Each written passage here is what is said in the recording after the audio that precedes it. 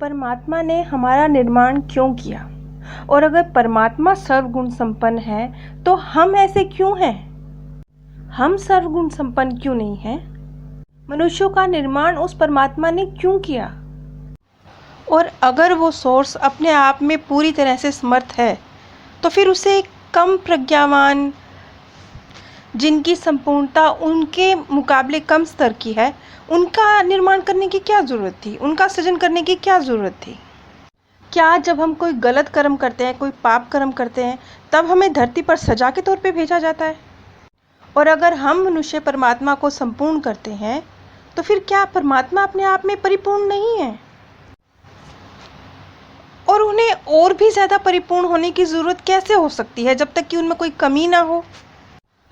क्या ये मान लिया जाए कि वो सृजनहार जानबूझ के अपूर्ण आत्माओं का सृजन करता है, जिन्हें पूर्णता को प्राप्त करने के लिए जीवन मरण के एक प्रोसेस से गुजरना पड़ता है? इसी तरह के कुछ सवालों के जवाब जब डॉक्टर न्यूटन ने थीस से पूछे तो थीस ने क्या जवाब दिए? थीस से एक सवाल पूछा गया कि जब वो उस सृजनहार से, उस प्रभामंडल के घेरे से बाहर की ओर निकला, तब उस आत्मा के रूप में उसे किस तरह से, कि अपने अस्तित्व का एहसास किस तरह से हुआ? इस पर थीस का जवाब था, ऐसा जैसे मैं बसंत ऋतु में खिले किसी फूल को देख रहा हूँ और वो फूल जैसे मैं ही हूँ, और ये फूल जैसे जैसे खिलता जाता है मुझे और भी ज़्यादा खूबसूरत दूसरे फूलों का एहसास होने लगता है और बहुत बहुत गहरे आनंद की अनुभूति होती है।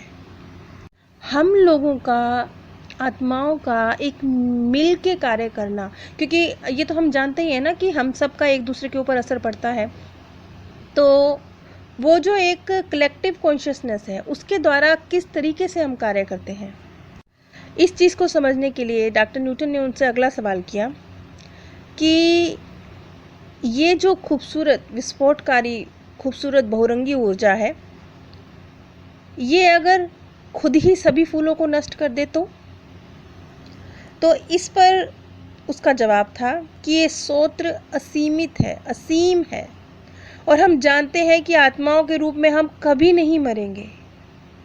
हम जैसे जैसे मिलकर एक हो रहे हैं, हमारी बढ़ती हुई प्रज्ञा, हमारी बढ़ती हुई बुद्धिमानी उस स्रोत को, उस सोर्स को और भी ज़्यादा शक्तिशाली बना रही है।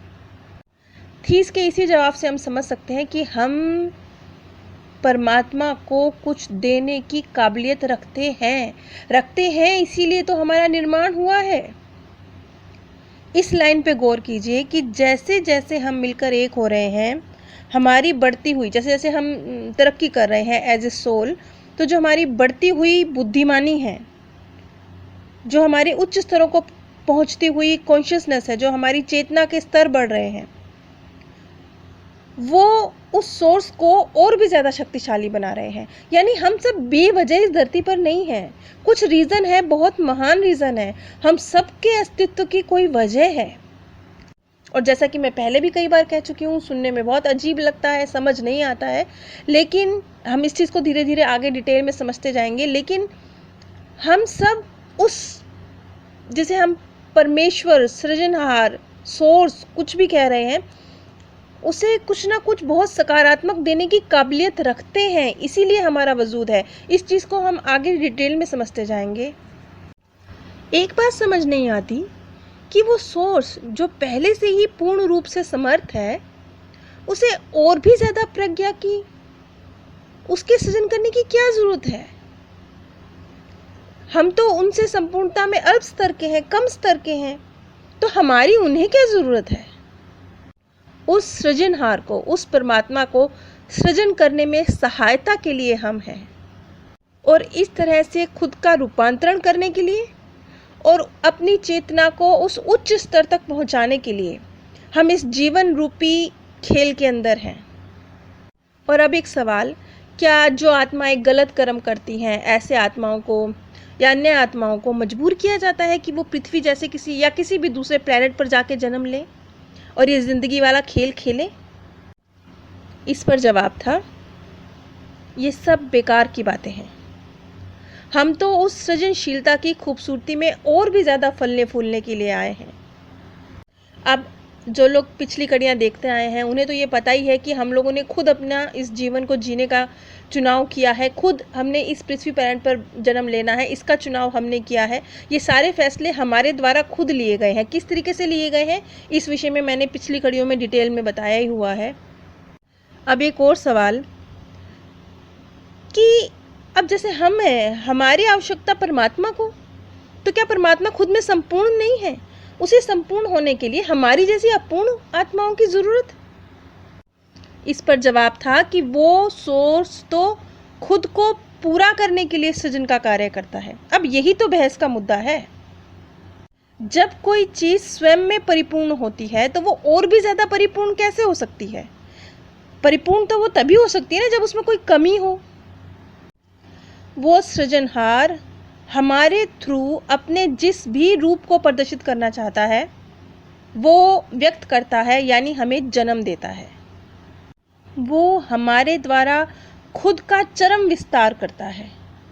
मतलब इसका सीधा साधा मतलब ये निकलता है कि क्या वो सोर्स जानबूझकर अपूर्ण आत्माओं की रचना करता है, अपूर्ण रूपों की, और फिर वो देखता है कि उनके विस्तार के लिए क्या हो रहा है? जी हाँ, ऐसी ही बात है। और हमें भी इस निर्णय के प्रति विश्वास रखना पड़ता है और जीवन के प्रारंभ की ओर लौटने की प्रक्रिया पर आस्था भी। किसी को भी भोजन का स्वाद लेने से पहले भूखा रहना पड़ता है। गर्माहट का आनंद लेने से पहले सर्दी लगना जरूरी है। माता पिता के महत्व को समझने के लिए बच्चा होना पड़ता है। यही रूपांतरण का उद्देश्य है। इसी तरह के कुछ और गहरे सवाल जब थीस से पूछे गए तो उनके उत्तर क्या आए, इसका जिक्र मैं अगली कड़ी में करूँगी। नीचे डिस्क्रिप्शन बॉक्स में मैंने आप सभी के साथ अमेज़ॉन का लिंक शेयर किया है। अगर आप इस लिंक के माध्यम से कुछ भी परचेज़ करते हैं तो बिना कोई आर्थिक नुकसान उठाए भी आप इस ज्ञान के प्रसार में सहयोग दे सकते हैं, जिसकी हमें बहुत आवश्यकता है। ये वीडियोस समझने में थोड़ी मुश्किल हैं।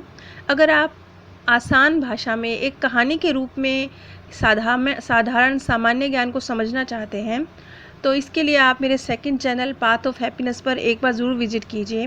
वहाँ मैनी लाइफ मैनी मास्टर्स की सीरीज़ ख़त्म हो चुकी है और सेम सोल मैनी बॉडीज़ की सीरीज़ चल रही है, जो कि बहुत सरल हैं और बहुत ही इंटरेस्टिंग कहानियों के रूप में है।